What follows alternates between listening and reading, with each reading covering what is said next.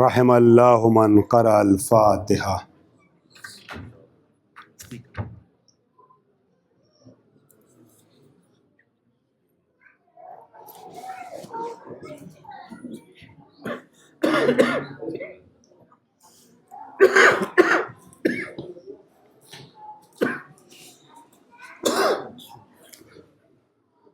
لا حول ولا قوة الا باللہ العلی العظیم. اعوذ باللہ من الشیطان اللعین الرجیم. بسم اللہ الرحمن الرحیم.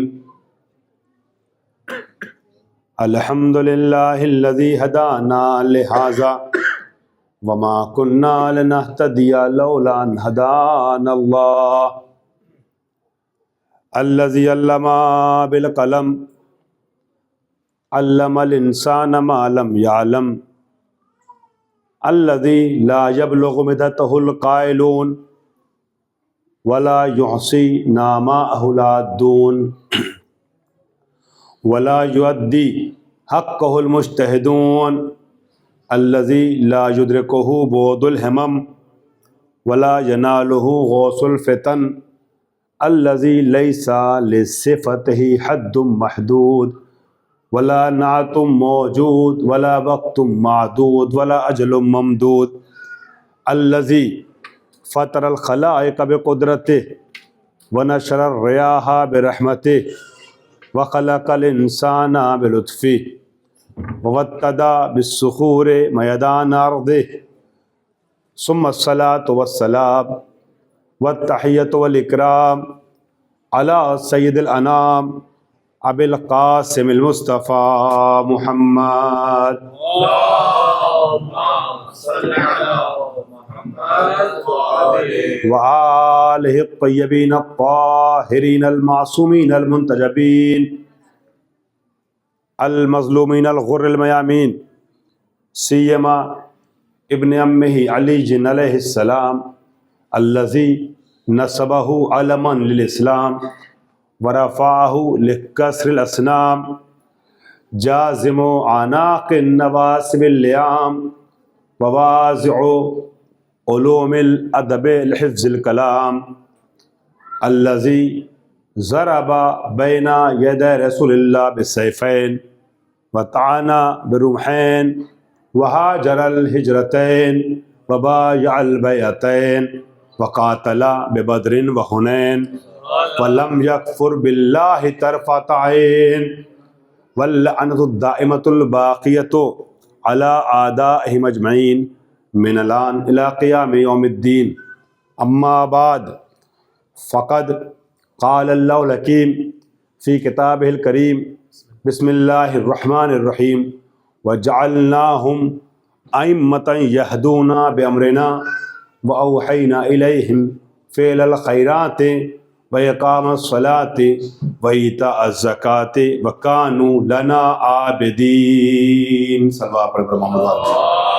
اللهم صل على محمد وآل محمد. اچھی بات یہ ہے کہ یہاں کہنا نہیں پڑا کہ آپ لوگ آگے آ کے بیٹھیے. شروع سے ہی مومنین کو خیال ہے کہ وہ آگے آ کے بیٹھ رہے ہیں، ہم سے بھی مرتبط رہیں گے اور بعد میں آنے والوں کو جگہ بھی ملتی رہے گی. عزیزان گرامی، IMA سڈنی کے اس عزادار مرکز اور سینٹر میں 1448 ہجری کے 40 سن 2026 میں واقع اس خمسہ 40 کا ہمارا عنوان ہے شرح خطبہ سجادیہ.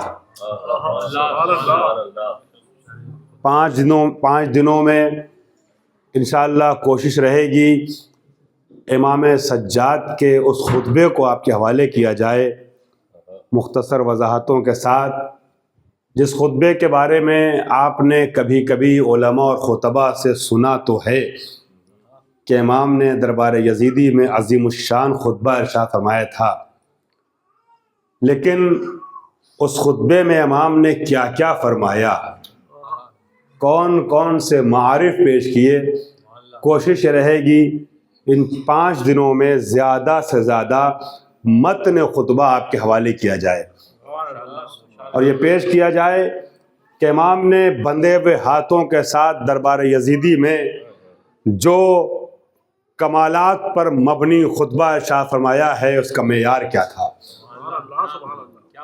لیکن عزیزان گرامی جی، یہ عنوان اسی لیے چنا ہے کہ گزشتہ سال آپ کے سینٹر میں پہلا اشرہ پڑھتے ہوئے آپ کی سماعتوں پہ بڑا بھروسہ ہو چکا ہے، لیکن آج کی یہ تمہیدی مجلس، پہلی مجلس جس میں ایک راہ ہموار کرنے کی کوشش ہوگی متن خطبہ میں وارد ہونے کی، ہو سکتا ہے اگر آپ نے آج خوبصورتی سے سنا گفتگو تو بات کچھ اور بڑھتی چلی جائے، تو ممکن ہے آج اصل خطبہ میں وارد نہ ہو پاؤں، کل وارد ہوا جائے، لیکن ایک تمہید استوار کرنا چاہوں گا۔ عزیزان محترم، امام سید سجاد نے جو خطبہ ارشاد فرمایا اس کے پہلے ایک وہ دور پیش کرنے کا ارادہ ہے، کوشش کروں گا کہ جس دور میں امام زندگی گزار رہے تھے۔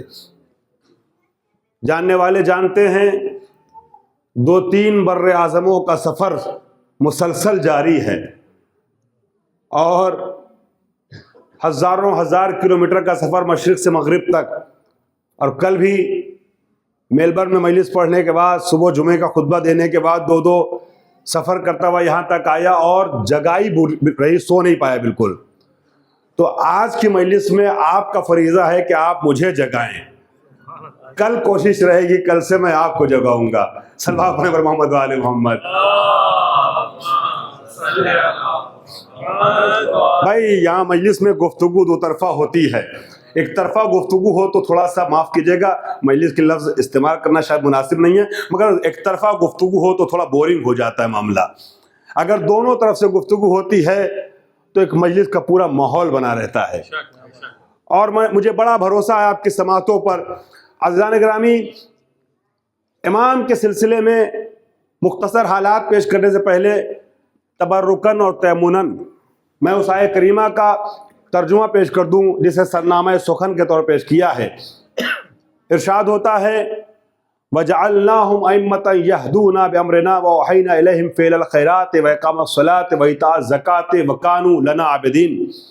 ہم نے، اللہ نے اپنے کچھ خاص بندوں کے لیے ارشاد فرمایا، ہم نے انہیں وحی کر دی، اوحینا الیہم، پہلے ارشاد ہوتا ہے وَجَعَلْنَاهُمْ أَئِمَّةً يَهْدُونَ بِأَمْرِنَا، ہم نے انہیں امام بنایا ہے تاکہ وہ ہمارے امر سے ہدایت کرے، جیسے میں چاہتا ہوں ویسے ہدایت کرے۔ اللہ کا بنایا ہوا امام ویسے ہدایت کرتا ہے جیسے خدا چاہتا ہے۔ وَجَعَلْنَاهُمْ أَئِمَّةً، ہم نے انہیں امام بنایا ہے تاکہ ہمارے امر سے ہدایت کرے، اور ہم نے وَأَوْحَيْنَا إِلَيْهِمْ فِعْلَ الْخَيْرَاتِ وَإِقَامَ الصَّلَاةِ وَإِيتَاءَ الزَّكَاةِ، اور ہم نے انہیں فعل خیرات کی وحی کر دی، زکوٰۃ کی ادائیگی کے متعلق وحی کر دی، ہم نے اقامہ صلاۃ کی وحی کر دی۔ ہم نے یہ ساری وحی ان کو اس لیے کی ہے کہ کانوا لنا عابدین، کیونکہ وہ ہمارے عابد بندے ہیں۔ کانوا لنا عابدین، ہمارے عابد بندے ہیں۔ بہت سے مفسرین کہتے ہیں عابدین سے مراد یہاں پر انبیاء ہیں۔ تو آپ نے، میں ذکر امام سجاد میں پہنچنے سے پہلے ذرا سا فضائل کا ایک جملہ کہہ دوں، چونکہ تھوڑی دیر تحقیقی وادی میں آپ کو روکنا چاہوں گا، دل چاہے تو یہاں پہ 1 منٹ کے لیے فضائل کا ماحول بنا دیجیے گا۔ اللہ تعالیٰ نے یہاں نبیوں کے لفظ عابدین رکھا ہے، اور ایک جگہ ہمیں قرآن میں ملا فَقَعُوا لَهُ سَاجِدِينَ، تم سب کے سب ساجدین بن جانا، جب میں روح پھونک دوں تو تم سب کے سب ساجدین بن جانا۔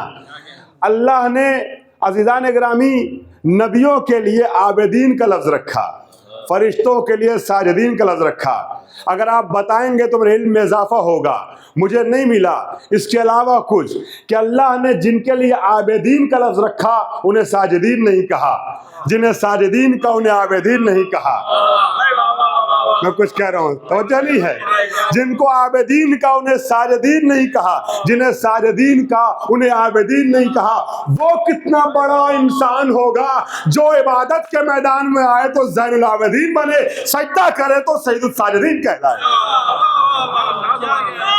بہت شکریہ. سلامت رہا حضرات. اب اسی زین العابدین اور سید الساجدین کا مجھے 5 دن اس 45 میں تذکرہ کرنا ہے. عزیزان محترم, امام سید سجاد کس زمانے میں زندگی گزار رہے ہیں محسوس کیجئے گا. آج تھوڑی دیر آپ کو ایک خاموش اور تحقیقی فضا میں لے کے چلوں گا. دل چاہے گا تو آپ مجلس کے انداز سے کہیں کہیں سن سکتے ہیں. یاد رکھیے گا ائمہ کے ادوار, ہر امام کا دور سخت رہا امام کے لیے. پہلے امام سے لے کر کے 11ویں امام تک کسی بھی امام کا زمانہ تبلیغ کرنے کے لحاظ سے آسان نہیں رہا ہے. ہر دور میں امام نے سختیوں کا سامنا کیا ہے, مشکل دور سے گزرے ہیں امام. لیکن خاص طور سے چوتھے امام کا دور اس اعتبار سے سخت ترین اور بدترین زمانہ ہے, دشوار ترین زمانہ ہے تبلیغ کرنے کے لحاظ سے. آپ اسی سے اندازہ لگا سکتے ہیں کہ امام کی امامت کا آغاز کس حاکم کے دور میں ہوتا ہے. اس حاکم کے دور میں چوتھے امام کی امامت کا آغاز ہوتا ہے جو حاکم فاسق بھی ہے, فاجر بھی ہے, لعین بھی ہے, لعین بھی ہے, پست بھی ہے, بدتر بھی ہے, بدترین بھی ہے. عزیزان گرامی, یہ حاکم اس حد تک گرا ہوا, اگرچہ اسلام کے نام پہ تخت حکومت پہ بیٹھا ہے, لیکن اس حد تک گرا ہوا ہے کہ اپنی حکومت کو بچانے اور بڑھانے اور باقی رکھنے کے لیے اپنے مخالفین کے ساتھ جو کچھ کرنا ہو وہ کرے گا. جتنی بھی زیادہ پستی پہ گر سکتا ہے پستی میں وہ گرے گا, مگر اپنی حکومت کو مستحکم بنانے کی کوشش کرے گا. چاہے کتنی بھی معتبر شخصیت ہو, محترم شخصیت ہو, یا کتنی بھی محترم جگہ ہو, ان کا تقدس پامال کرنا ہو تو پامال کرے گا. اگر اللہ کے گھر کو آگ لگانی ہو تو لگائے گا اپنے مخالفین کو پسپا کرنے کے لیے. اگر نبی کے شہر کو تاراج کرنا ہو تو کرے گا. اگر فرزند پیغمبر کو قتل کرنا ہوگا تو کرے گا. یہ اگر کہہ کے میں جو کہہ رہا ہوں یہ فرض نہیں ہے, فرضیہ نہیں ہے, یہ ہوا ہے. یہ اس نے سب کیا ہے اس بدترین انسان نے.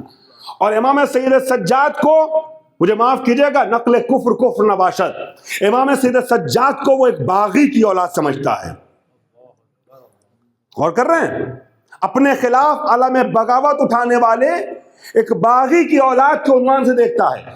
لمحہ لمحہ امام سجاد پہ نظر ہے.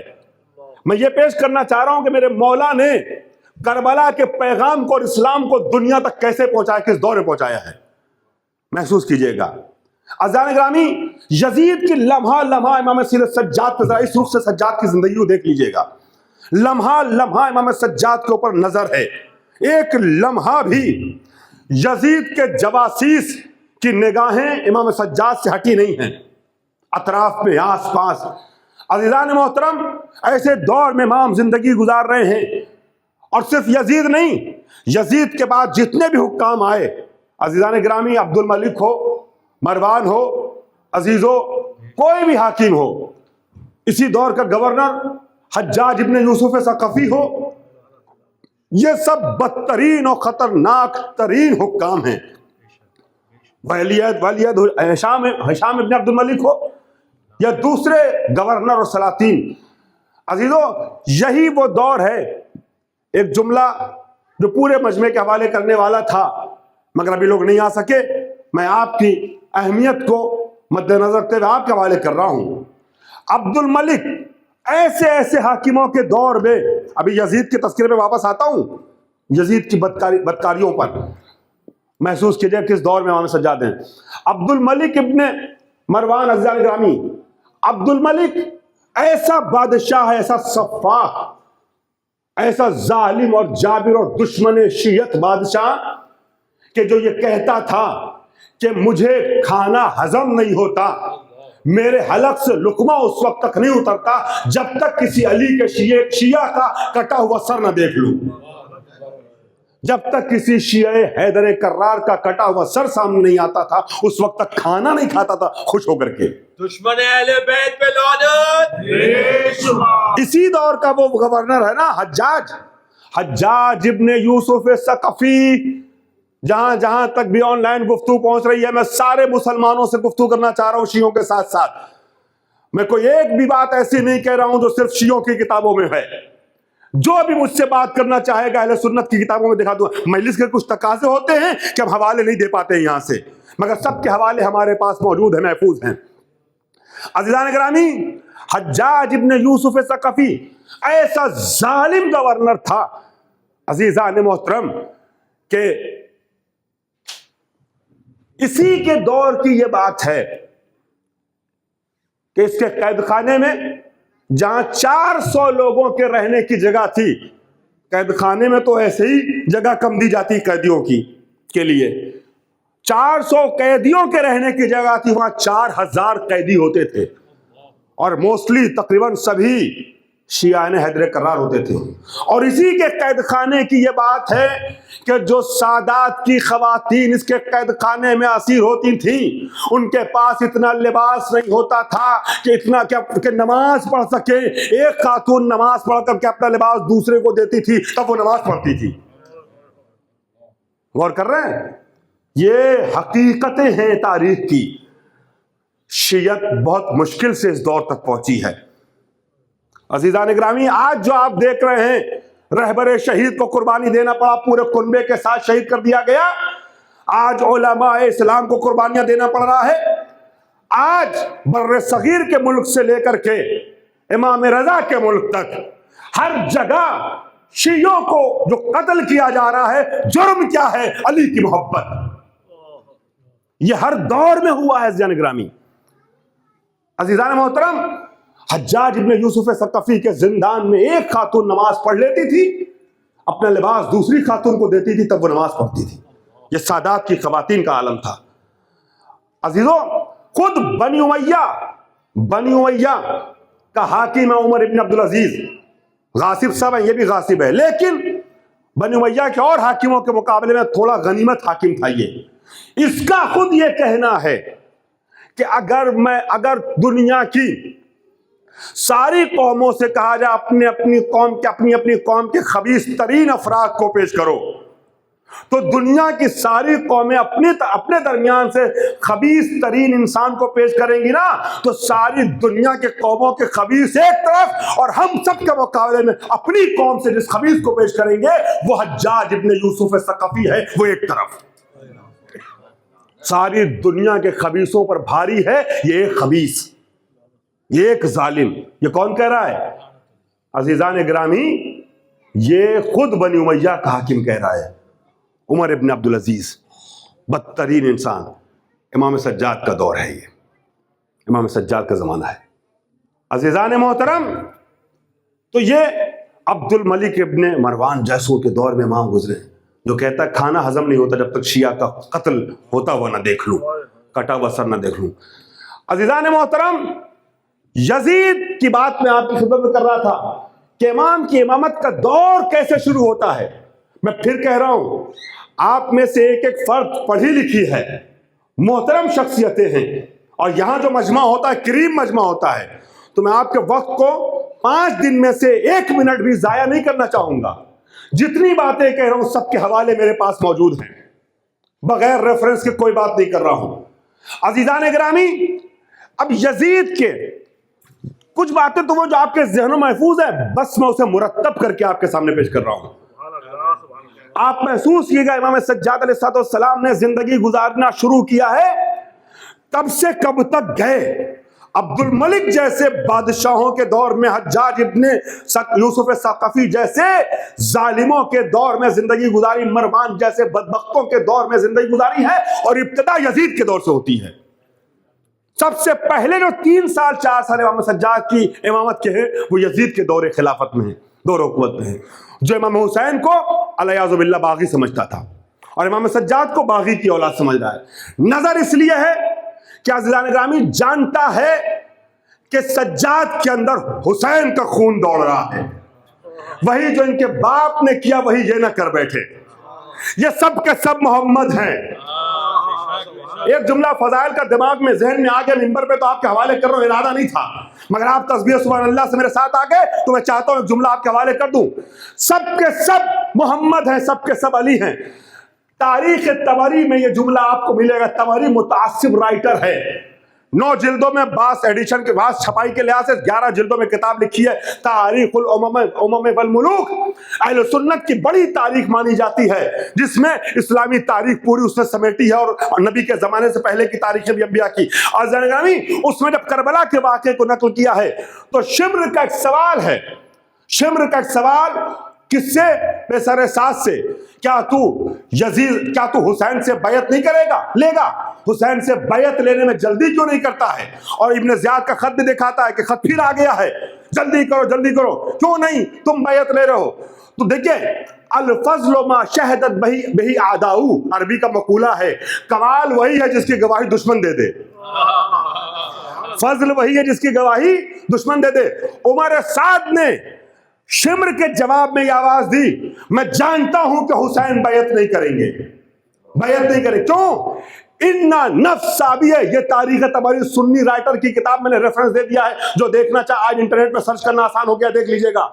اس نے یہ کہا, عمر سعد کہتا ہے جو مخالف قوم کا کمانڈر, کہتا ہے حسین بیعت ہرگز نہیں کریں گے. کیوں نہیں بیعت کریں گے؟ اِنَّا نَفْسَ ابی ہے بین جنبے ہے, کیونکہ حسین کے پہلو میں ان کے باپ کا وجود پایا جاتا ہے, باپ کا نفس آیا جاتا ہے. اگر علی نے بیعت کی ہوتی تو حسین بیعت کرتے, حسین بیعت کرتے تو سجاد بیعت کرتے.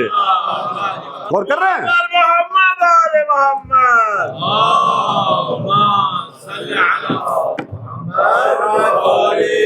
عزیزان محترم, اب یہ جانتا ہے کہ یہ حسین کی اولاد ہے.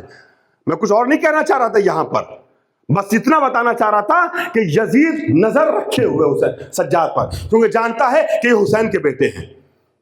ڈر ہے قیام کا, خوف ہے قیام کا. عزیزان محترم, اب یزید وہ حاکم ہے کہ جس کے دور میں 3 بدترین وہ واقعات ہوئے ہیں جو اسلامی تاریخ کے عزیزان گرامی سب سے برے واقعات ہیں. اگر تاریخ اسلام کی 1400 سال کی تاریخ کے 3 سب سے بدترین کارناموں کو آپ شمار کریں گے تو وہ تینوں کارنامے ایک ہی حاکم کے دور میں انجام پائے ہیں. قتل فرزند زہرا, امیر شام جیسا عزیزان گرامی بدترین دشمن امیر المومنین بھی یہ جرأت نہ کر سکا کہ سبط پیغمبر کے قتل کا دھبا اپنے دامن پہ لگا لے, اور سلو کی مکاری والا کھیل کھیلا. غور کر رہے ہیں؟ مگر اس نے, یزید نے سبط پیغمبر کے قتل کا دھبا اپنے دامن پہ لیا ہے. بدترین کام. دوسرا عزیزان گرامی, یہ سن 61 ہجری کا واقعہ ہے. سن 60 ہجری کے آخر میں ہی بنا ہے خلیفہ حاکم, اور سن 61 ہجری کے شروع میں حسین قتل کر دیا. 62 ہجری توبالا کے ساتھ عالم اسلام میں توبالا مراحل کے ساتھ گزر رہا ہے. سن 63 ہجری میں اس نے مدینے کو تاراج کیا ہے, اور سن 64 ہجری جس ہجری میں یہ واصل جہنم ہوا, اس ہجری میں کعبے کی حرمت کو پامال کیا ہے. یہ اہل سنت کی کتابوں سے میں نقل کر رہا ہوں. میں کہنا چاہتا ہوں ٹھیک ہے تمہیں علی سے دشمنی ہے, علی کے بیٹے حسین کے قاتل کو رضی اللہ کہتے ہو, مکے کی ویرانی کو کہاں لے جاؤ گے؟ مدینے کی تاراجی کو کہاں لے جاؤ گے؟ کیسے ہیں وہ لوگ جو سب کچھ اپنی کتابوں میں لکھنے اور پڑھنے کے باوجود اس ملعون کو رضی اللہ کہتے ہیں؟ استغفر اللہ. حسین کے قتل کی توجیہ کرتے ہو نا, ہیں فتویٰ لیا تھا فلانا اور ڈھماکا, فتویٰ دینے والے بھی جہنمی تھے. اور کر رہے ہیں آپ توجیہ کرتے ہو, رضی اللہ کہنے کی کوشش کرتے ہو. کعبے میں آگ لگائی, مسجد نبوی کو استقبال بنایا ہے.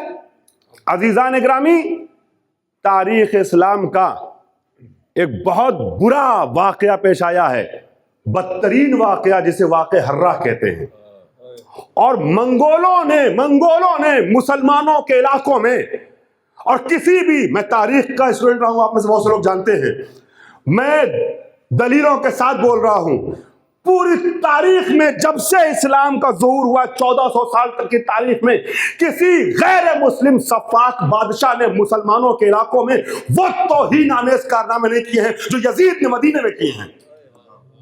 چیلنج سے کہہ رہا ہوں، جس کا دل چاہے بعد میں مجھ سے بحث کر لے گا، البتہ بحث علمی، فالتو کی بحث کرنے والوں کو ہم اگنور کرتے ہیں، ہاں پڑھے لکھے لوگوں کے ساتھ گفتگو کرنا پسند کرتے ہیں۔ بحث عربی والی بحث، اردو والی نہیں۔ جو بحث کرنا چاہے مجھ سے حاضر ہوں، میں اسے مباحثہ کروں گا، گفتگو کروں گا۔ تاریخ کا کوئی بھی بادشاہ اس نے اسلامی مراکز میں اتنا ظلم نہیں کیا جیسا یزید نے اسلامی حاکم ہوتے ہوئے کیا ہے۔ میں بیان کروں، تاریخ کے صفحات بھرے ہوئے خلاصہ میں 10 منٹ میں پیش کرنا چاہوں گا کہ واقعہ حرہ میں ہوا کیا ہے۔ جو جانتے ہیں وہ جانتے ہیں، لیکن جو نہیں جانتے ان تک بات پہنچنی چاہیے۔ فذکر ان نفعت الذکر ان الذکر تنفع المؤمنین، یاد دہانی سے فائدے پہنچتے ہیں۔ اگر آپ سننے کو آمادہ ہیں تاریخ، تو ایک بار مل کے صلوات پڑھیں محمد علی محمد۔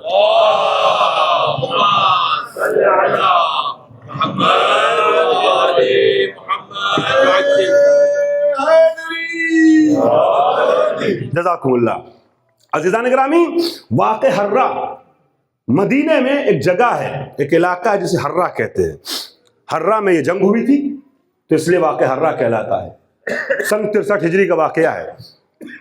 ہوا یہ کہ مدینے میں امام حسین کا ساتھ تو نہیں دیا گیا۔ اگر مدینے والے امام حسین کے ساتھ وفادار ہوتے، اہل بیت کے ساتھ وفادار ہوتے، تو امام حسین کو اپنے نانا کا وطن چھوڑنا ہی نہیں پڑتا۔ جب حسین یہ کہہ رہے تھے یزید کی بیعت کا انکار کرتے ہوئے، فاسق ہے، فاجر ہے، مثل لا یبایع مثلا، میرے جیسا یزید جیسے کی بیعت نہیں کر سکتا، اور دعوت دے رہے تھے اپنے ساتھ شامل ہونے کے لیے، عزیزان گرامی مدینے والوں نے نہ حضرت علی کا ساتھ دیا۔ یہ تاریخ کا کڑوا سچ ہے، جس کی طرف اشارہ پہلے کر چکا ہوں عشرے میں، وضاحت اس بار کر پایا تھا، نہ آج کر پاؤں گا، اشارہ کرتے ہوئے آگے بڑھ رہا ہوں۔ نہ حضرت علی کا ساتھ دیا ان لوگوں نے، حجاز والوں نے، مکے مدینے والوں نے۔ علی کا ساتھ دیتے تو علی کو مدینہ چھوڑ کے کوفے کو کیپٹل نہ بنانا پڑتا۔ کیا سنا آپ نے؟ جو اہل شعور ہیں وہ میرے ساتھ آئیں۔ ساتھ نہیں دیا، نبی کی بیٹی کے گھر میں آگ لگائی گئی، مدینہ خاموش رہا۔ پہلو پہ جلتا ہوا دروازہ گرا، مدینہ خاموش رہا۔ امام حسن کا ساتھ نہیں دیا، امام حسن کا ساتھ نہیں دیا مدینے والوں نے۔ عزیزان گرامی، امام حسن کے جنازے پہ 3 برسایا گیا، مدینہ خاموش رہا، حجاز خاموش رہا۔ مکے والوں نے ساتھ نہیں دیا۔ حسین کہہ کے جا رہے ہیں کہ میں تلواروں کو چھپا ہوا دیکھ رہا ہوں، نیام احرام میں میرے قاتل موجود ہیں، مگر عزیزان گرامی مسلمان حسین کے ساتھ کھڑے نہیں ہوئے۔ مکہ چھوڑ دیا حسین نے۔ یہ پورا حجاز اہل بیت کے ساتھ ہر دور میں بے وفا رہا ہے، ہر دور میں 1400 سال ہو گئے بے وفائی کی ہے، انہوں نے ہمیشہ کی ہے حجاز والوں نے اہل بیت کے ساتھ۔ عزیزان گرامی، امام حسین کے ساتھ بے وفائی کی کہ حسین کو مدینہ چھوڑنا پڑا۔ آج بھی دیکھ لیجیے آپ، اگر تاریخ پہ آپ کو کنٹروورسی ہو جائے، جو میں بات کہہ رہا ہوں سامنے کی بات کر رہا ہوں، پھر بھی اگر صرف احساس دلا رہا ہوں آپ کو یقین نہ ہو، تو آج دیکھ لیجیے عزیزان گرامی، کوفے میں اہل بیت کے غلام کا روزہ آباد ہے، مدینے میں 6 اولاد پیغمبر رات کو تاریخ پڑا رہتا ہے روزہ، نبی کی بیٹی کی قبر اندھیری رہتی ہے۔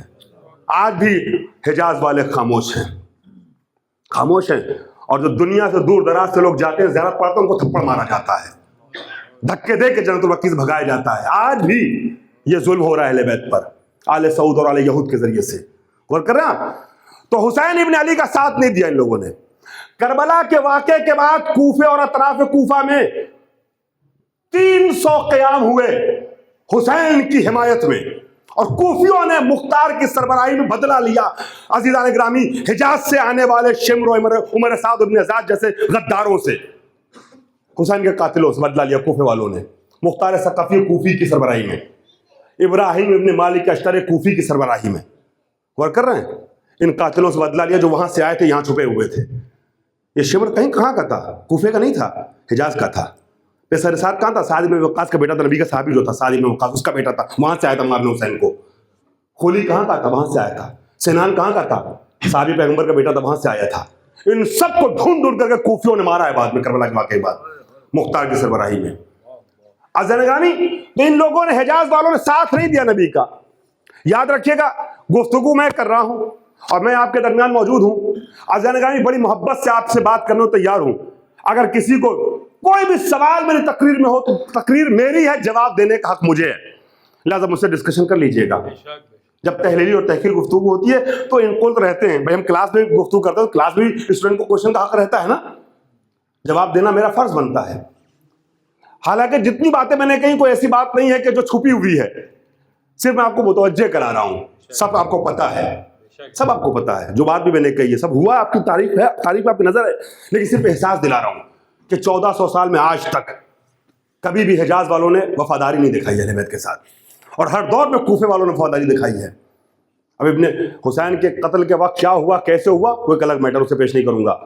کون لوگ تھے 2 گروہ کوفے میں, کنہوں نے ساتھ دیا, کس نے مخالفت کی, ابن زیاد نے کیسے کرفیو لگایا, وہ ایک الگ مثال ہے, الگ مرحلہ ہے. بہرحال اب انہوں نے ساتھ تو نہیں دیا, لیکن ہوا یہ کہ اب دھیرے دھیرے یزید کی بدکاریاں بڑھتی چلی گئیں. اب یہ حجاز والے دھیرے دھیرے جاگنے لگے, مدینے والے, کہ یزید تو بدترین حاکم ہے, فاسق و فاجر ہے, نہ جانے کیا کیا کر رہا ہے. انہوں نے یزید کے گورنر کو جو مدینے میں تھا اسے معزول کر دیا, اس کے خلاف بغاوت کرنے کی کوشش کی. تو اس نے کیا کیا, جو گورنر تھا ان کا یزید کا مدینے میں, عثمان ابن محمد ابن ابو سفیان, یزید کا چچا, امیر شام کا بھائی, عثمان ابن محمد ابن ابو سفیان, یہ مدینے میں گورنر تھا. اس نے ایک چال چلی, اس نے یہ سوچا کہ جو یزید کے خلاف بغاوتیں ابھر رہی ہیں مدینے میں, اسے ٹھنڈا کیا جائے. کیسے ٹھنڈا کیا جائے؟ آج ذرا سے تھوڑا سا وقت آپ کا زیادہ لوں گا, کل سے کوشش کروں گا جو آپ کی مجلس کا ٹائم ہوتا ہے اس میں گفتگو مکمل کر دوں.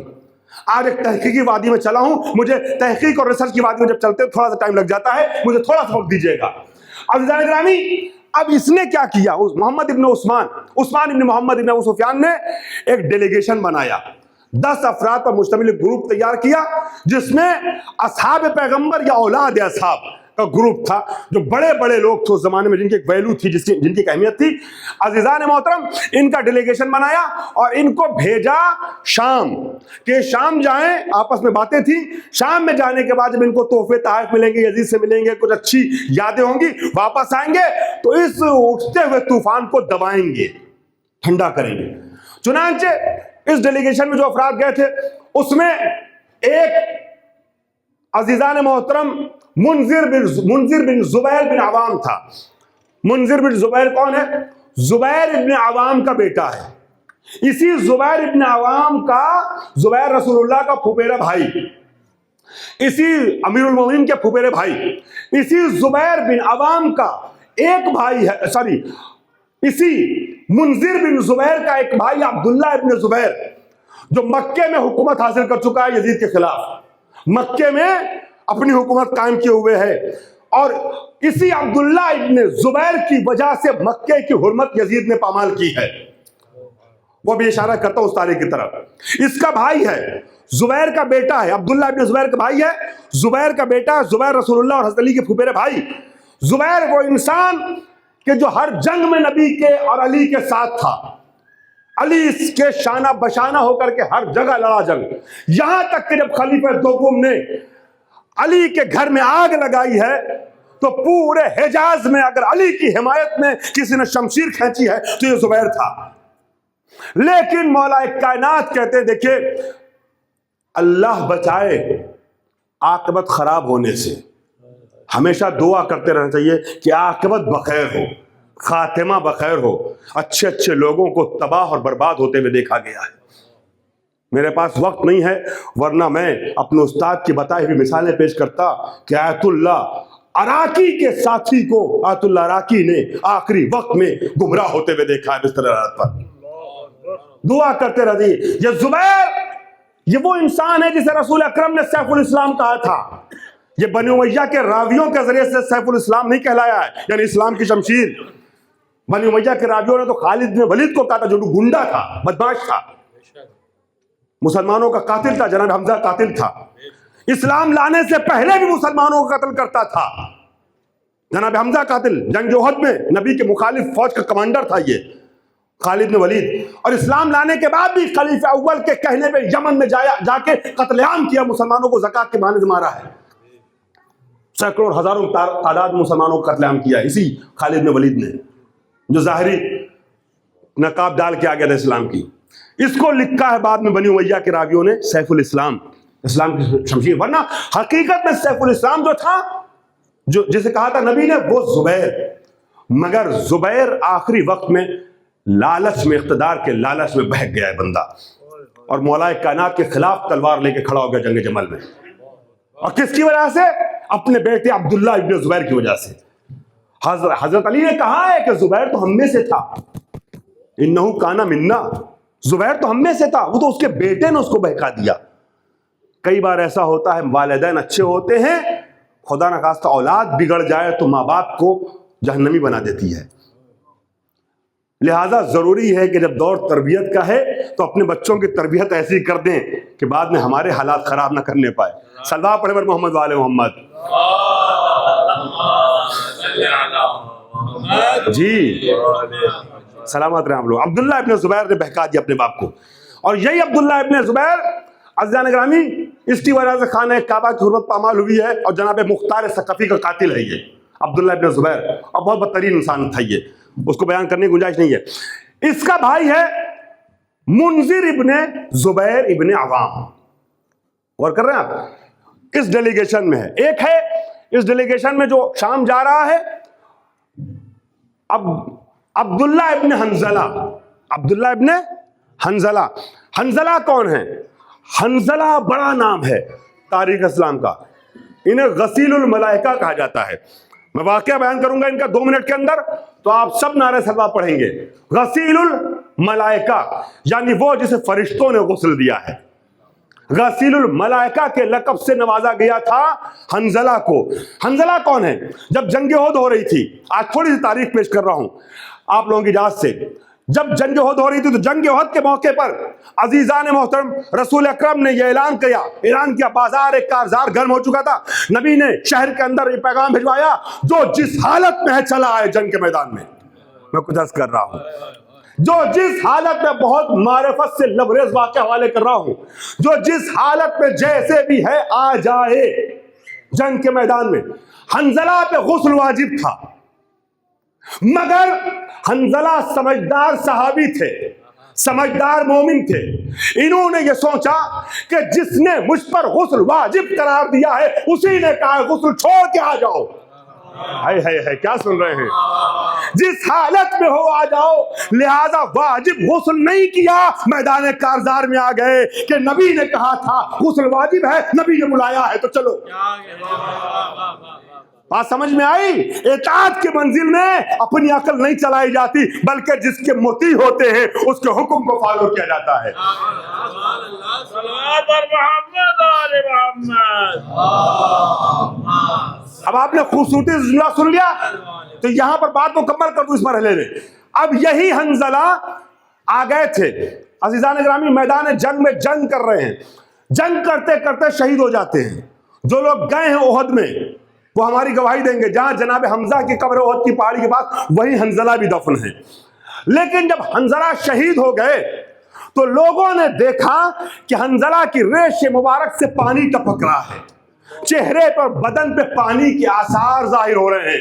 لوگوں نے نبی سے پوچھا، یا رسول اللہ خون کا بہنا تو سمجھ میں آتا ہے، یہ حنظلہ کے چہرے پہ پانی کے آثار کیسے ہیں، بدن سے پانی کیسے ظاہر ہو رہا ہے؟ تو نبی فرماتے ہیں کیونکہ میری اطاعت کرتے ہوئے حنظلہ غسل کے بغیر یہاں آ گیا تھا، اب شہید ہوا تو فرشتے اسے غسل دے رہے ہیں۔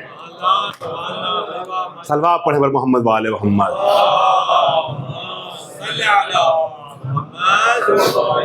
فرشتے غسل دے رہے ہیں۔ یہ ہے غسیل الملائکہ حنظلہ۔ انہی حنظلہ کا بیٹا ہے جسے کہتے ہیں عبداللہ ابن حنظلہ۔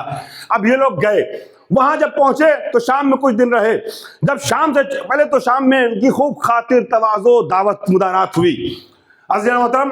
اور اب جب وہاں سے چلنے لگے تو پھر ان میں سے ایک ایک شخص کو 10,000 دینار، 1 دینار سونے کا سکہ ہوتا تھا، 10,000 دینار دے کے بھیجا گیا تحفے اور تحائف کے طور پہ کہ جب یہ مدینے سے مدینے واپس جائیں تو ان کی زبان خاموش رہے.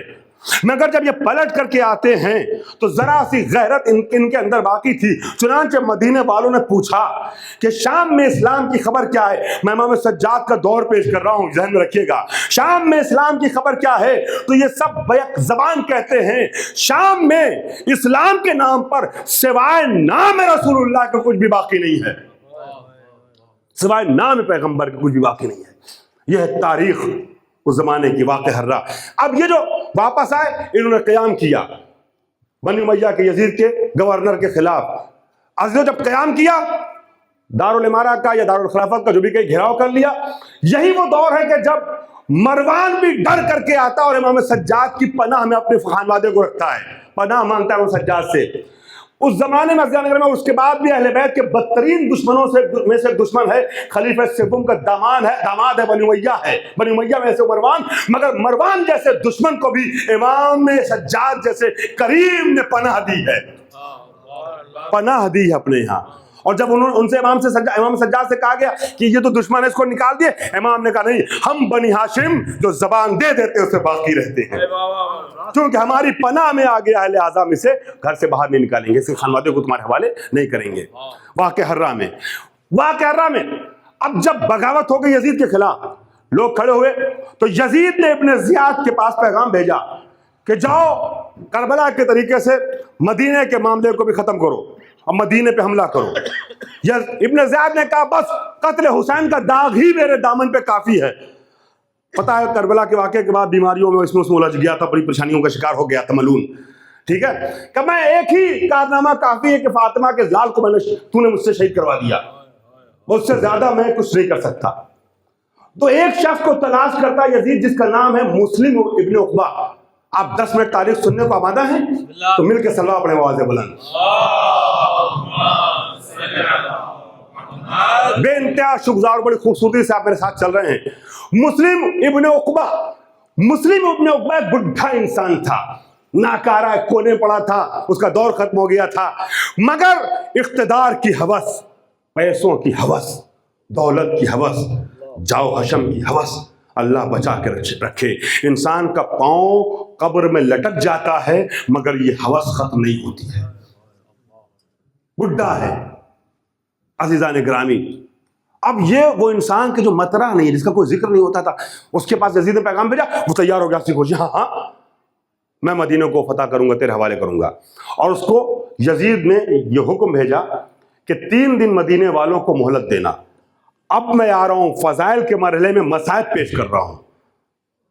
یہ آپ محسوس کیجیے گا، ابھی میں مصائب میں نہیں آ رہا ہوں امام سجاد کے یا کربلا والوں کے، فضائل کے مرحلے میں ہی. مگر عجیب چیز ہے جو پیش کر رہا ہوں، یہ عالم اسلام کے لیے بڑی مصیبت ہے، صرف عالم تشیع کے لیے نہیں، عالم اسلام کے لیے. سنیے گا، کہا 3 دن مہلت دینا، اگر 3 دن میں وہ سرنڈر کر جاتے ہیں، بیعت کرتے ہیں تو ٹھیک ہے، ورنہ پھر حملہ کرنا اور جان مال عزت و آبرو ناموس مرد عورت بچے سب تم پہ حلال ہے، جو چاہنا کرنا.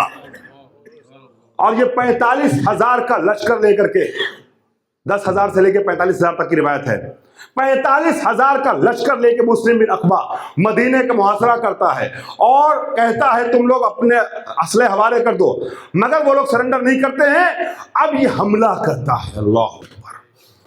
زبان بیان کرتے ہوئے کانپتی ہے، لیکن بیان نہ ہو تو بچوں تک پہنچے کیسے تاریخ، نوجوانوں تک پہنچے کیسے. اس نے ایسا خطرناک حملہ کیا، میں نے کہا منگولوں نے ایسا حملہ نہیں کیا اسلامی دنیا پہ جتنا یزید نے اسلامی حاکم نے کیا. ایسا حملہ کیا، اس کے سپاہی 45,000 حملہ کرتے ہوئے آگے بڑھ رہے تھے، مرد عورت بچے بڑے جو مل رہا تھا ان کو قتل کر رہے تھے.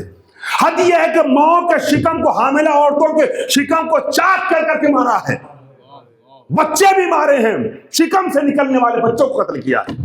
اتنا بڑا ظلم کیا ہے.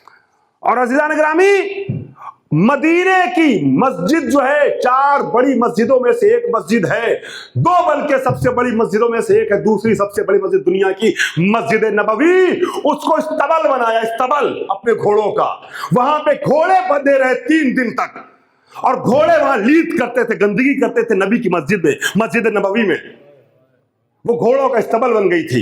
اور عزیزان گرامی واقع حرہ میں ساری ناموس کو حلال کر دیا تھا چونکہ یزید نے، لہذا واقع حرہ کے ہو جا، مجھے اجازت دیجیے گا میں جملہ بیان کر لے جاؤں، واقع حرہ کے عزیزان گرامی 8-9 مہینے گزرنے کے بعد اس مدینے میں 4000 ناجائز بچے پیدا ہوئے تھے۔ اہل سنت کی کتابوں میں کم سے کم جو تعداد لکھی جاتی ہے وہ 1000 وہ بچے پیدا ہوئے جن کے باپ کا پتہ نہیں تھا۔ یہ مصیبت ہے یا نہیں عالم اسلام کی؟ اور یہ کس نے کیا ہے؟ کس نے کروایا سب؟ یزید۔ یزید کون ہے؟ یزید کون ہے؟ نہیں، لعنتی نہیں ہے یزید، رضی اللہ ہے، رضی اللہ ہے۔ یہ ایک اور مصیبت بالا ہے، مصیبت، ستم بالا ہے، ستم۔ یہ سارے کام کرنے والا مسلمانوں کی نگاہ میں کیا ہے؟ رضی اللہ ہے، استغفر اللہ۔ عزیزان گرامی مدینے کو تاراج کیا ہے، برباد کیا ہے، اور واقع حرہ میں نے کتابوں میں پڑھا ہے، لکھا ہے کہ 700 اصحاب پیغمبر شہید ہوئے تھے اور 80 حفاظ قرآن مارے گئے تھے۔ یہ خلیفۃ المسلمین نے قتل کیا ہے۔ اور سنیے ایک جملہ اور جہاں تک بھی آن لائن بات پہنچ رہی ہو، اگر دوسرے بھائی بھی سن رہے ہو تو جا کے اپنی کتابوں میں پڑھیں اور پھر فیصلہ کریں کہ شیعہ لعنت اللہ علیہ کہتے ہیں وہ صحیح ہے یا کچھ بے وقوف رضی اللہ کہتے ہیں وہ صحیح ہے۔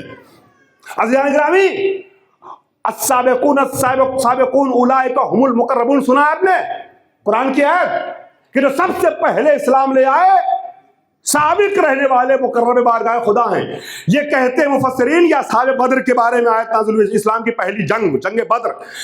واقع حرہ کے بعد جتنے بھی اصحاب بدر تھے سب مارے جا چکے تھے، ایک بھی اصحاب بدر میں سے زندہ نہیں تھا، اور مارا کس نے؟ خلیفۃ المسلمین کے سپاہیوں نے مارا۔ یہ ہے یزید۔ عزیزان گرامی عزیزو اسی یزید یہ ہے رضی اللہ، پھر کہہ رہا ہوں رضی اللہ۔ اور یہ شرم نہیں آتی ان زبانوں کو، ان ذہنوں کو جو سوچتے ہیں اور کہتے ہیں رضی اللہ سے انسان کو۔ اور یہی یزید وہ ہے جس نے اگلے سال سن 64 ہجری میں مکے میں آگ لگائی ہے، خانہ کعبہ پہ منجنیق سے حملہ کرائے۔ یہ سنیوں کی کتابوں میں، بھائیوں کی کتابوں میں شیعوں سے زیادہ روایت نقل ہے۔ یہی عبداللہ جب یزید نے حسین ابن علی کو مکے میں قتل کرنے کے لیے فوج بھیج دیا تھا تو حسین کیا کہہ کے نکلے تھے؟ خانہ کعبہ سے کیا کہہ کے نکلے تھے؟ حج کو عمرے بدلا تھا، کیوں بدلا تھا بتائیے جی؟ میں احرام میں چھپی ہوئی تلواروں کو دیکھ رہا ہوں، میں چاہتا ہوں حرمت کعبے کی پامال، جزاک اللہ، کعبے کی حرمت پامال نہ ہونے پائے۔ حج کو جس کے گھر سے دستور حج نکلا تھا اس حسین نے حج کو عمرے بدل دیا، اور 9 ذی الحجہ کو جب پوری دنیا سے لوگ حج کرنے آتے ہیں فرزند زہرا خانہ کعبہ کو چھوڑ کے جا رہا تھا کہ حرمت کعبہ پامال نہ ہو، مگر عبداللہ ابن زبیر نے کعبے میں پناہ لی تھی اور کعبے سے حکومت کر رہا تھا۔ نتیجہ یہ ہوا کہ حسین ابن نمیر بھی پڑھتے ہیں، حسین ابن نمیر یزید کا کمانڈر، تینوں بدترین کارناموں میں یزیدی فوج کا بڑا کمانڈر تھا۔ عزیزان گرامی واقع حرہ میں مسلم ابن عقبہ کا جو مین کمانڈر تھا جس نے حملہ کیا تھا وہ حسین ابن نمیر ہے۔ جب مکے پہ حملہ ہوا تو حسین ابن نمیر کمانڈر تھا یزیدی فوج کا، اور اس نے حملہ کروایا تھا منجنیق میں آگ ڈال کر کے، کعبے کے سارے پردے جل گئے تھے، کعبے میں آگ لگ رہی تھی۔ یہ کس نے آگ لگائی؟ اسی نے۔ اور یہی حسین ابن نمیر کربلا میں بھی آیا تھا، اور علی اکبر کا قاتل یہی ہے جو آپ نے علماء سے سنا ہے نا مصائب میں۔ وہاں نہیں جا رہا ہوں مصائب میں، 5 منٹ روکوں گا آپ کو۔ عزیزان محترم یہ ہے واقع حرہ، یہ ہے کعبے کی تاراجی، یہ ہے حسین کا قتل۔ یہ سب کس نے کیا ہے؟ یزید نے کیا ہے۔ عزیزان محترم ایسے انسان کے دور میں امام زندگی گزار رہے ہیں۔ اب 5 منٹ فضائل سن لیے گا، اس کے بعد 5 منٹ مصائب۔ مگر میں چاہوں گا فضائل سننے سے پہلے ایک بار سلوا پڑھتے ہوئے آپ لوگ میرے قریب آ جائیے، پلیز نزدیک آ جائیں، سلوا پڑھتے ہوئے آگے آ جائیں۔ پلیز آگے آ جائیں. جو جہاں بیٹھا ہے وہاں سے بہت خوبصورت سن رہا تھا، مگر ابھی تک جو پیش کر رہا تھا تاریخی تجزیہ تھا. اور اب 5 منٹ فضائل پڑھنا چاہ رہا ہوں، 5-6 منٹ، لہذا میں چاہتا ہوں فضائل کے انداز میں سب لوگ سن لیں. عزیزان محترم، امام سجاد ایسے دور میں زندگی گزار رہے ہیں، لوگ کہتے ہیں امام سجاد خاموش رہے. امام سجاد صرف گریا کرتے تھے. لوگ کہتے ہیں امام غلام کو خریدتے تھے، غلام خریدنے کا بہت شوق تھا، غلام رکھنے کا بہت شوق تھا. عزیزان محترم، لوگ کہتے ہیں مصلی بیٹھ کے صرف روتے رہتے تھے. میں بتاتا ہوں، امام سجاد جس دور سمجھ میں آ گیا، مجلس کا وقت ختم ہو گیا، لہذا دور کو آگے نہیں بڑھا پایا. آپ کے ذہن میں خاکہ آ گیا تاریخ کا کہ امام سجاد کس زمانے میں زندگی گزار رہے تھے.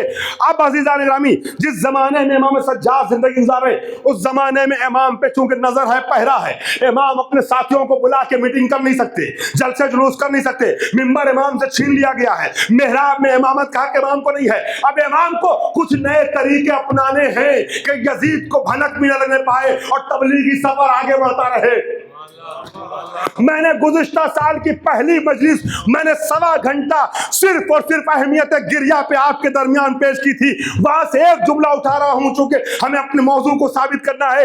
عزیزان گرامی، امام سجاد جو آنسو بہا رہے ہیں نا، یہ امام کا گریہ عزیزان گرامی کسی بزدلی کی علامت نہیں ہے بلکہ شجاعت کی نشانی ہے. امام سجاد یہ گریہ کرنے کے بعد زمانے کو پیغام کربلا دے رہے ہیں. میں نے کہا تھا عزیزان گرامی، اگر آپ دروازے سے باہر نکلیے، 2 لوگ آپس میں باتیں کرتے ہوئے ہنستے ہوئے نظر آ جائیں تو کبھی آپ رک کر کے ہنسنے کی وجہ نہیں پوچھیں گے، لیکن دروازے پہ کوئی روتا ہوا نظر آ جائے تو آپ کی شرافت انسانی آپ کے پاؤں کی زنجیر بن جائے گی. ٹھہرو، اس سے پوچھو کیوں رو رہا ہے. پتہ چلا کہ دنیا ہنسنے کا سبب نہیں پوچھتی مگر رونے کی وجہ شریف انسان ضرور پوچھتا ہے. اب جب کربلا کے بعد امام اپنے گھر سے لے کے مسجد تک رو رہے تھے تو پوچھا جاتا تھا رونے کا سبب کیا ہے، تو کربلا بتائی جاتی تھی، کربلا بتائی جاتی تھی. اسی لیے میں نے وہ شعر آپ کے حوالے کیا تھا. آج بھی ہمارے رونے پہ فتوے اسی لیے لگائے جاتے ہیں چونکہ ظالم کو ڈر ہے کہ ان کے رونے سے ہمارے اجداد بے نقاب نہ ہو جائے. میرے اشکوں سے بھلا آپ پریشان کیوں ہو، میرے اشکوں سے بھلا آپ پریشان کیوں ہو، یہی انداز تو قاتل کا پتہ دیتا ہے. سلامت رہے، ماشاءاللہ پورا بچہ میرے ساتھ آ گیا. میرے اشکوں سے بھلا آپ پریشان کیوں ہو، یہی انداز تو قاتل کا پتہ دیتا ہے. اپنا دامن میرے اشکوں سے بچائے رکھیے، ویسے پانی ہے مگر آگ لگا دیتا ہے.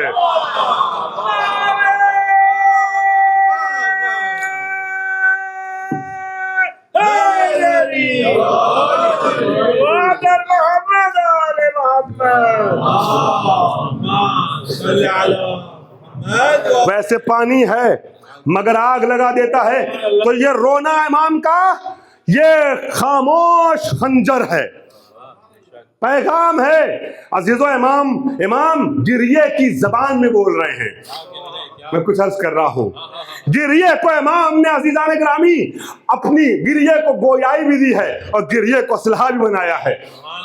میرے اشکوں سے بھلا آپ پریشان کیوں، یہ انداز تو قاتل کا پتہ دیتا ہے. اپنا دامن میرے اشکوں سے بچائے رکھیے، ویسے پانی ہے مگر آگ لگا دیتا ہے.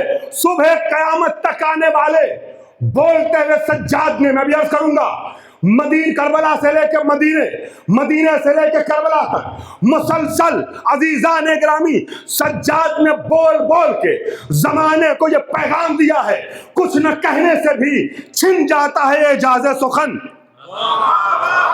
کچھ نہ کہنے سے، بڑا لطیف شعر پہنچا رہا ہوں کہ آج سب تک پہنچ جائے.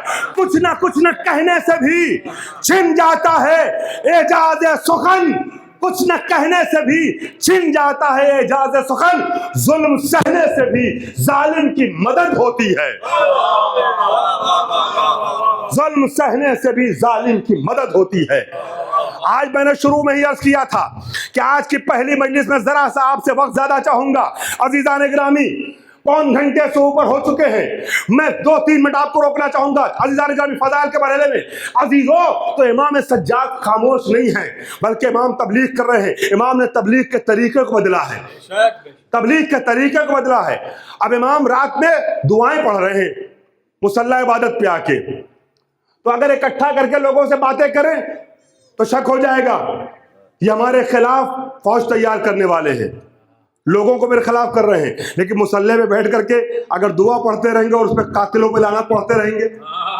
میں کوئی درس کر رہا ہوں، صحیفہ سجادیہ اٹھا کے دیکھیے نا، اپنی مظلومیت بیان کی ہے، قاتلوں کے چہرے سے نقاب ہٹایا، ظالموں کے چہرے سے نقاب ہٹایا ہے، تو اب کون روکے گا؟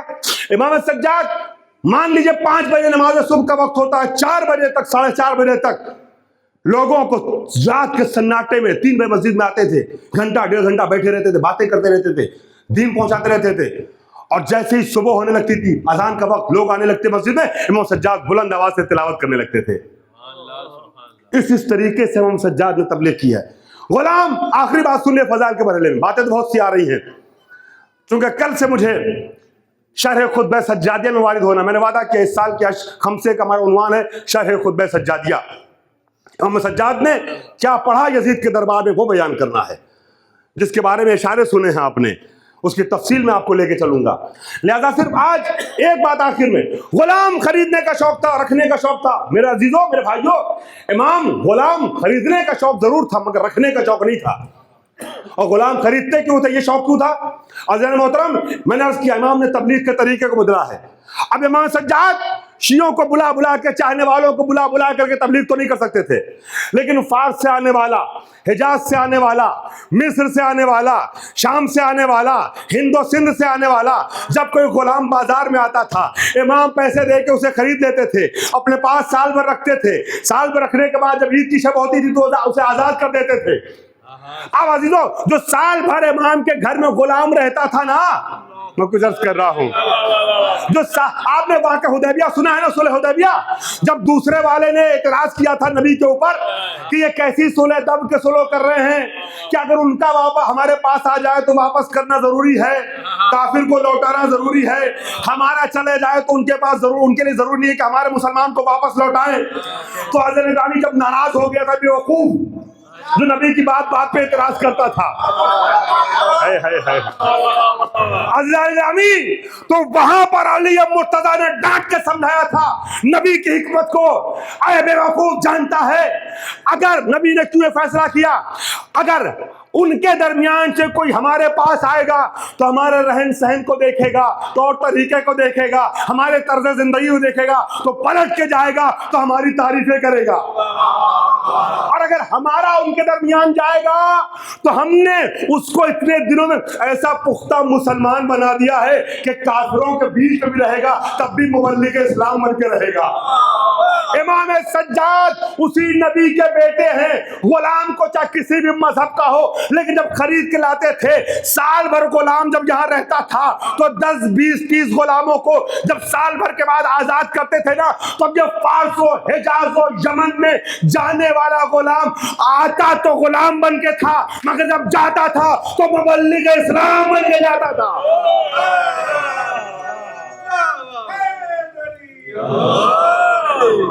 میں یہاں پر امام کے 2-3 غلاموں کا تذکرہ کرنا چاہتا تھا، مگر وقت اچھا خاصا ہو گیا ہے اور آپ نے محبت کا اظہار کرتے ہوئے آخر میں میرا ساتھ دے دیا فضائل کے مرحلے میں، تو میں آپ کو مزید نہیں تھکانا چاہتا ہوں، لہذا غلاموں کی مثال چھوڑ رہا ہوں. کل گنجائش رہی تو کل عرض کر دوں گا. امام سید سجاد نے غلام خرید کے تربیت کی تھی. ایسے ایسے غلام ان کے گھر میں جو غلام آتے ہیں وہ فضہ بنتے ہیں. کاش یہ جملہ سب تک پہنچا دیتا میں. یہ قرآن سے باتیں کرنے والے ہوتے ہیں، یہ مبلغ اسلام ہوتے ہیں. امام کا مقصد یہ ہوتا تھا، اس طریقے سے اپنی تبلیغی زندگی کے طریقے کو بدل دیا تھا امام نے. ایک بار مل کے صلوات پڑھے بر محمد وآل محمد.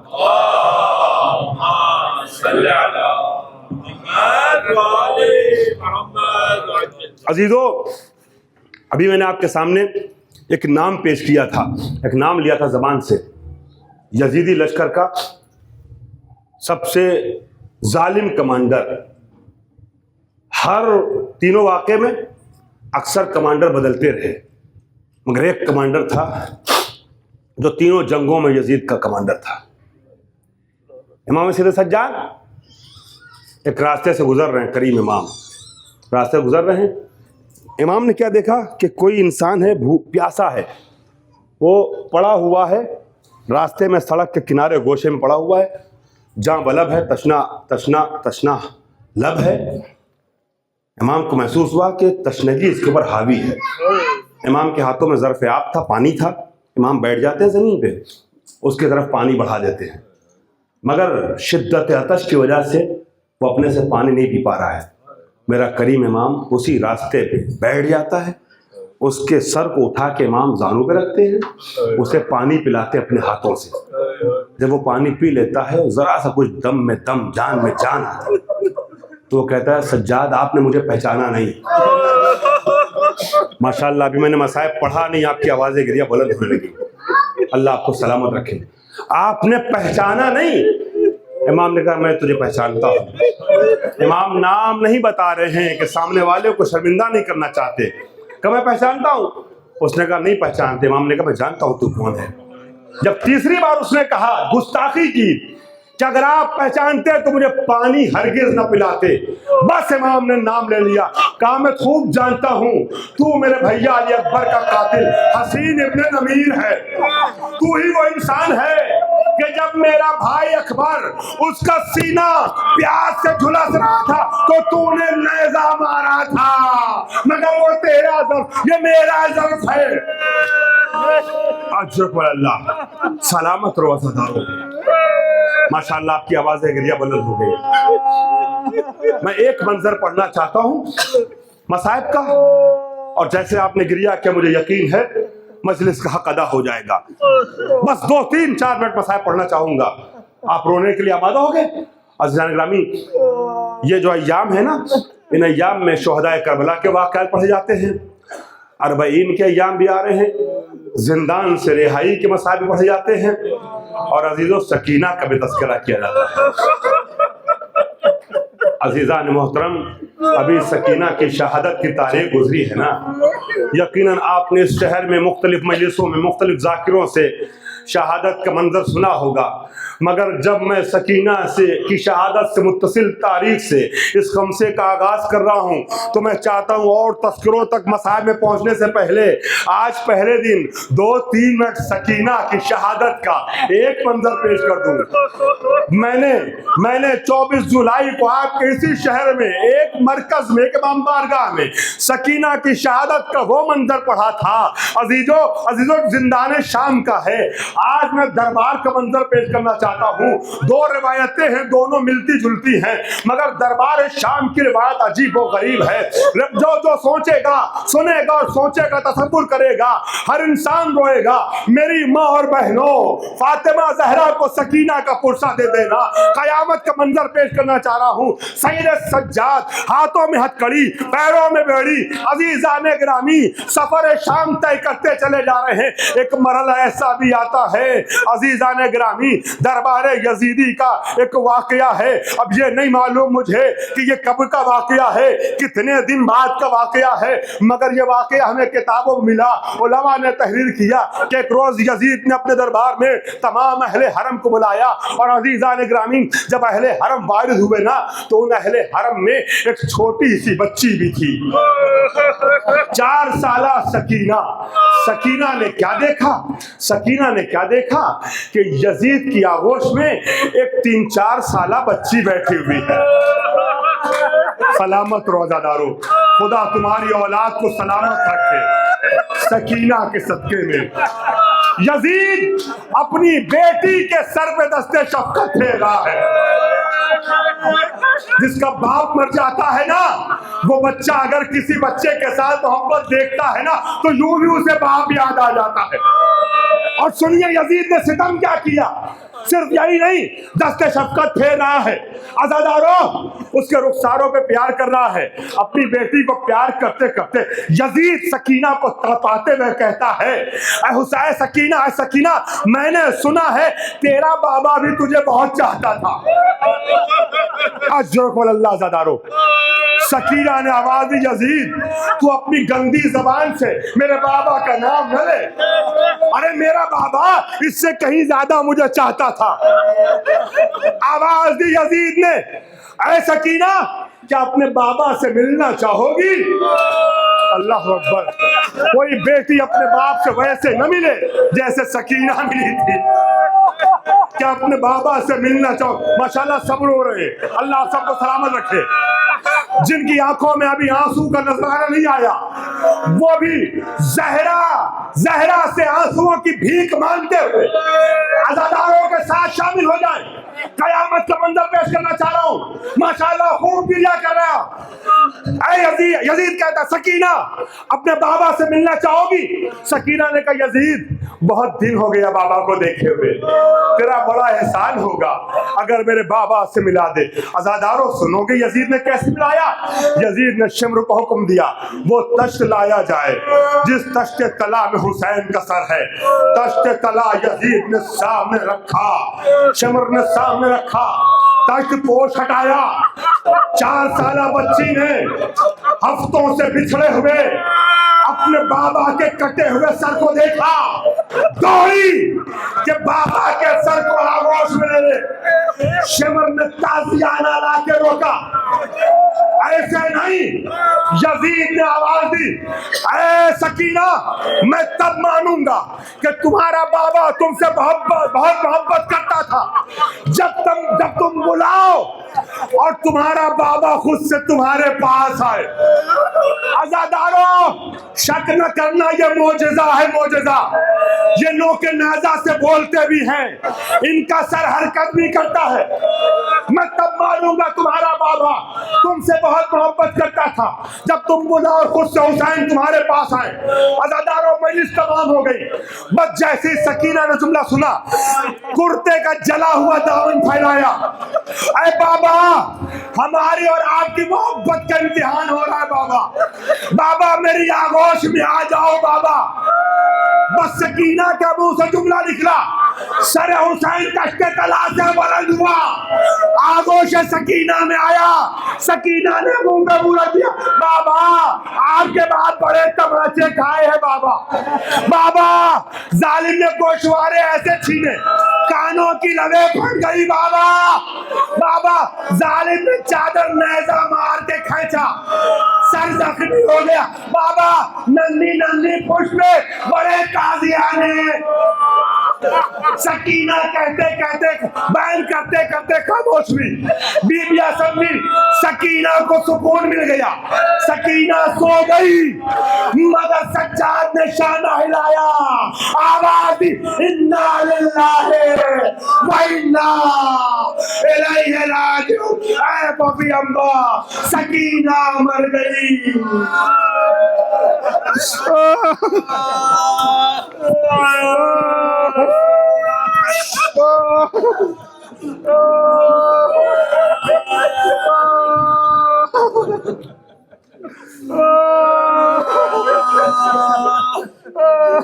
دل زندہ کوئی معصوم پڑھا کرتی ہے یہ روکنا بابا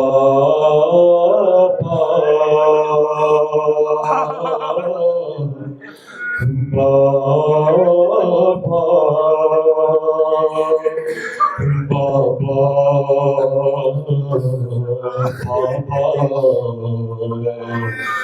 میں روؤں لے کے کب تک سیسکیاں بابا، بہت دکھتی ہے میری پسلیاں بابا، سہے بچپن میں مصائب اتنے ضعیفہ دکھنے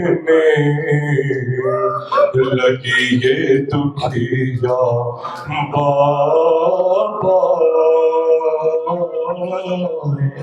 بابا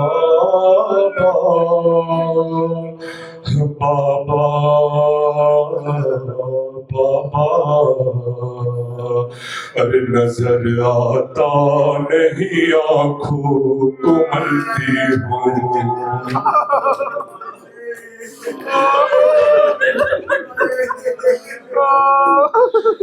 نظر آتا نہیں آنکھوں کو ملتی ہوں، سہارا لے کے دیواروں کا چلتی ہوں، ارے پکڑ کر زلفیں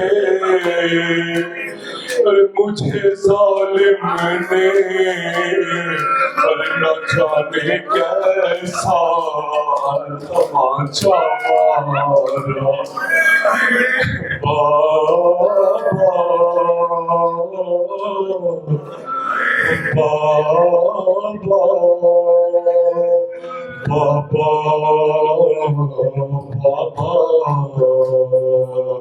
ارے مجھے پھر قبر میں لگنے لگا ہے ڈر نکالا تھا جنہوں نے لاش اصغر مجھے پھر قبر میں لگنے لگا ہے ڈر نکالا تھا جنہوں نے لاش اصغر وہ ظالم پھر سے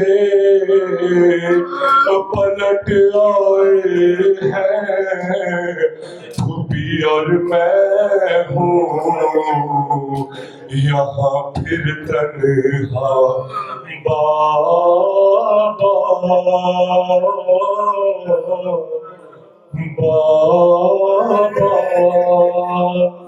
بابا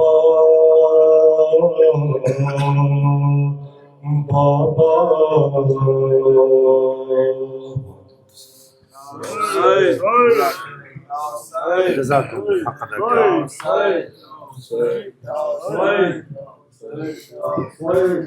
ادا